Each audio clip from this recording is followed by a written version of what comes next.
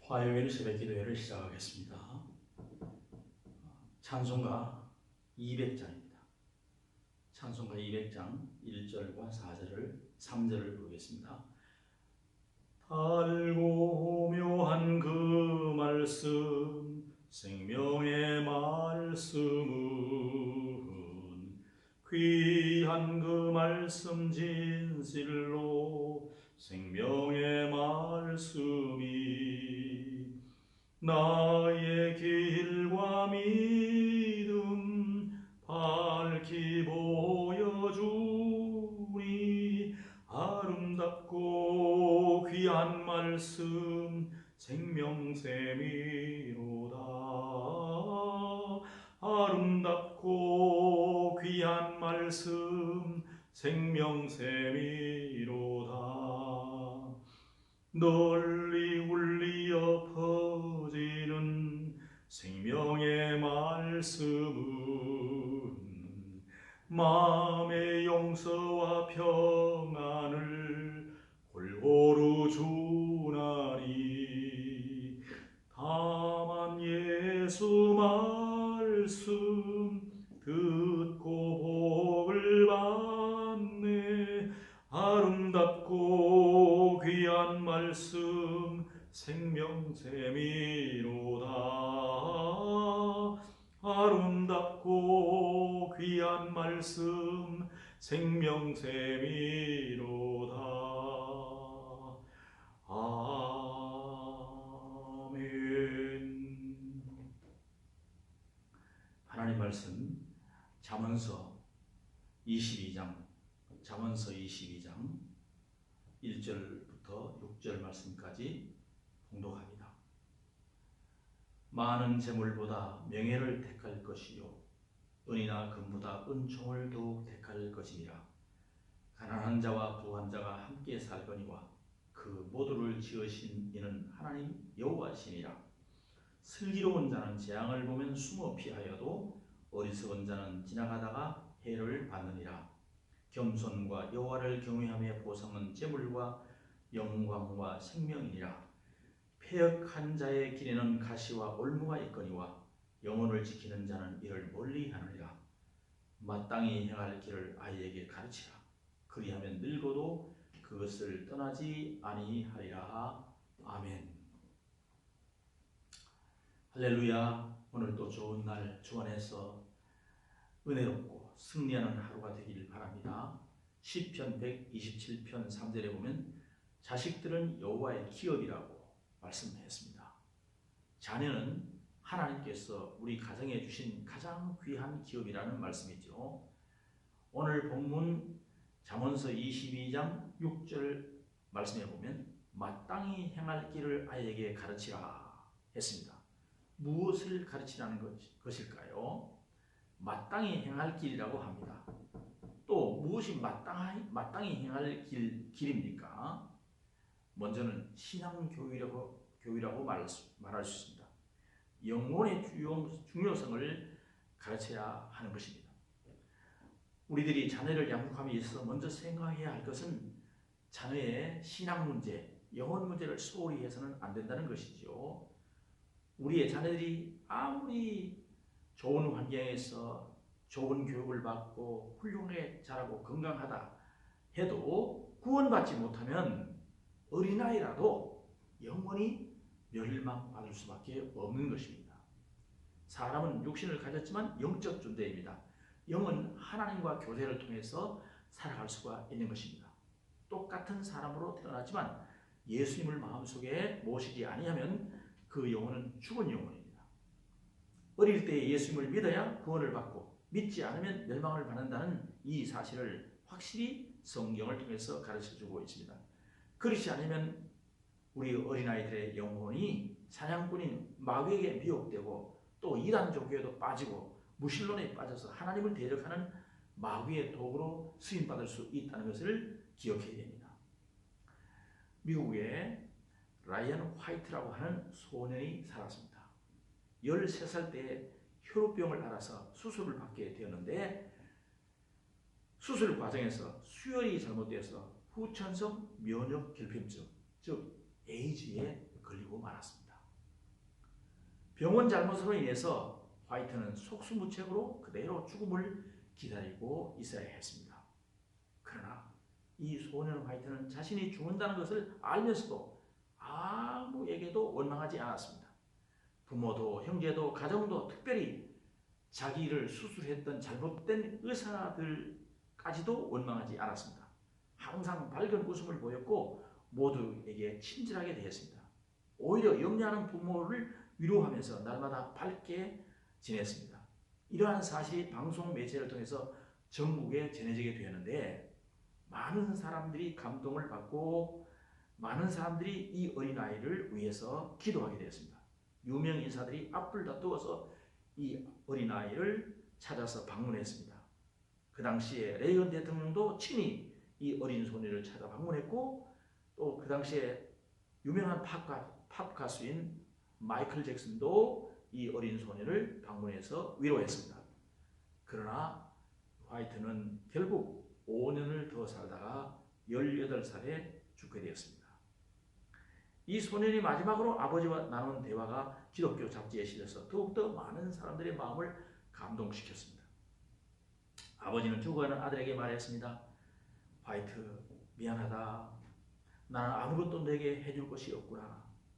이 아빠가 더 이상 어떤 선물도 줄 수 없음을 용서해다오. 그때 이 아들은 대답합니다. 아빠, 아니에요. 저는 아빠로부터 많은 선물을 받았습니다. 아무도 아빠가 제게 준 것 같은 선물을 준 사람은 없습니다. 아빠는 내게 예수님을 소개해 주었고 교회에 데리고 나가서 예수님을 믿게 해 주었고 천국 열쇠를 주었지 않습니까? 말씀을 통하여 영생을 얻도록 해 주었습니다. 이보다 더 위대한 선물이 어디 있겠습니까? 그렇게 말했다는 것입니다. 여러분, 우리는 우리 자녀들에게 우선순위를 바로 가르쳐야 합니다. 또 우리도 우선순위를 바르게 가지고 살아야 될 것입니다. 삶에는 먼저 할 일과 나중 할 일이 있습니다. 이것을 혼돈하면 크게 낭패를 당할 수 있습니다. 어느 가정에 엄마가 바쁘게 설거지를 하고 있는데 4살 된 아들이 책을 들고 읽고 있다가 엄마, 이 사람은 뭐 하는 거야? 어떤 사람이야? 하고 물었습니다. 엄마는 설거지를 하다 말고는 고무장갑을 벗어놓고 아들을 데리고 소파로 가서 앉아서 아들이 묻는 말에 다정하게 설명을 해줍니다. 한참 후에 아들이 엄마 알았어 하고 일어서는 것입니다. 그때 그 옆에서 지켜보고 있던 이웃집 아줌마가 물었습니다. 어떻게 그렇게 바쁜데 설거지 하다 말고 아들을 그렇게 데려와서 그렇게 이 얘기를 해줄 수 있는가 하고 물어보았습니다. 그때 엄마가 이렇게 대답했습니다. 설거지는 평생 하는 것인데 지금 못하면 나중에 하면 되는 거고 아들의 질문은 평생 처음 하는 것입니다. 그 엄마는 우선순위를 아들의 질문에 답하는 것이었습니다. 마태복음 6장 33절 유명한 말씀 아시죠? 너희는 먼저 그의 나라와 그의 의를 구하라. 그리하면 이 모든 것을 너희에게 더하시리라. 여러분, 우리는 여호와 경외하는 것이 최우선인 것을 우리 자녀들에게 보여줘야 됩니다. 잠언 1장 7절에 여호와를 경외하는 것이 지식의 근본이거늘 미련한 자는 지혜와 훈계를 멸시하느니라 했습니다. 또 우리는 주일 성수와 예배의 중요성을 우리 자녀들에게 보여주어야 됩니다. 주일 성수는 신약시대의 선악과에 해당하는 것이라고 볼 수 있습니다. 이스라엘은 서기 70년에 로마로부터 망하고 온 세계에 뿔뿔이 흩어져 사는 디아스포라 유대인이 되었습니다. 그러나 그들은 어느 곳에 가든지 안식일을 잘 지켰습니다. 결국 유대인이 안식일을 지킨 것이 아니라 안식일이 유대인을 지켰다는 말이 오늘날까지 전해지고 있습니다. 그리고 물질과 하나님을 섬기는 법을 분명히 가르쳐 줘야 됩니다.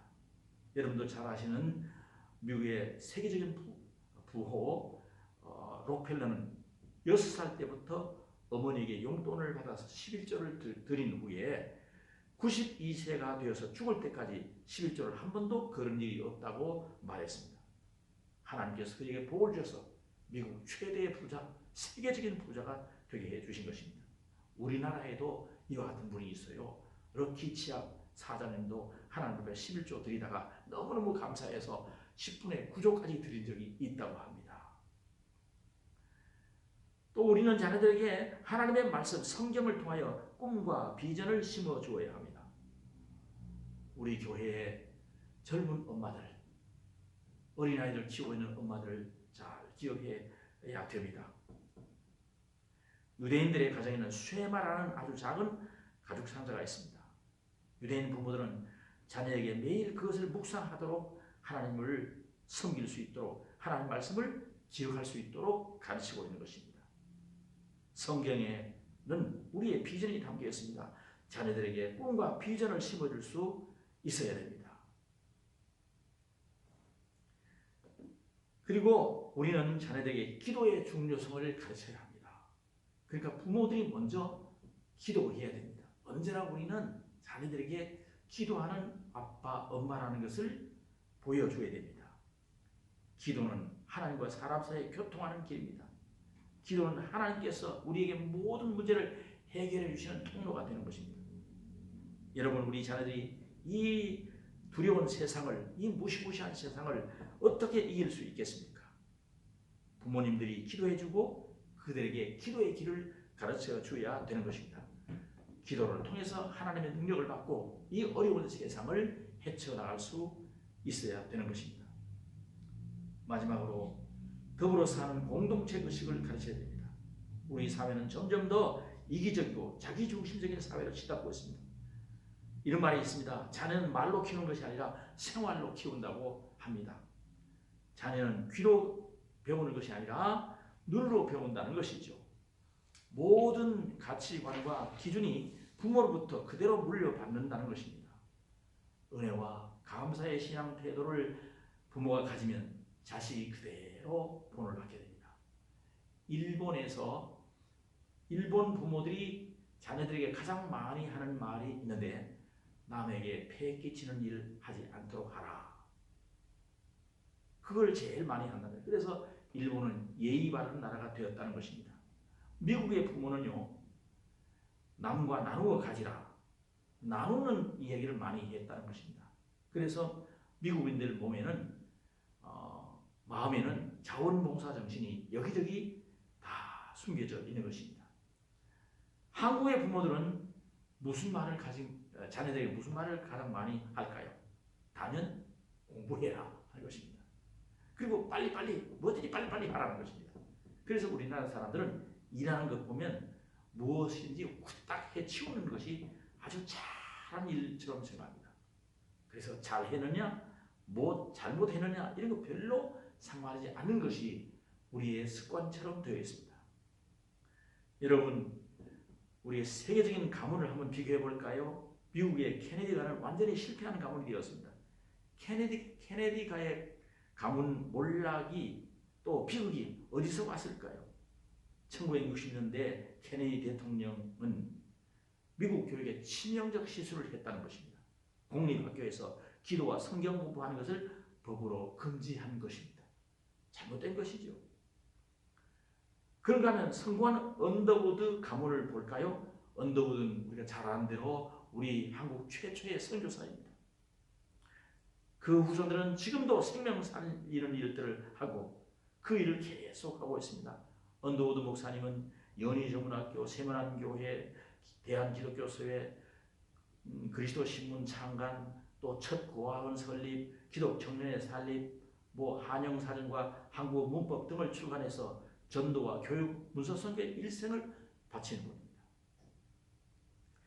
언더우드 가는요, 4대가 한국에서 선교사로 교육자로 섬긴 위대한 그런 가문이 된 것입니다. 자, 여러분은 어떤 가문이 되기를 원하십니까?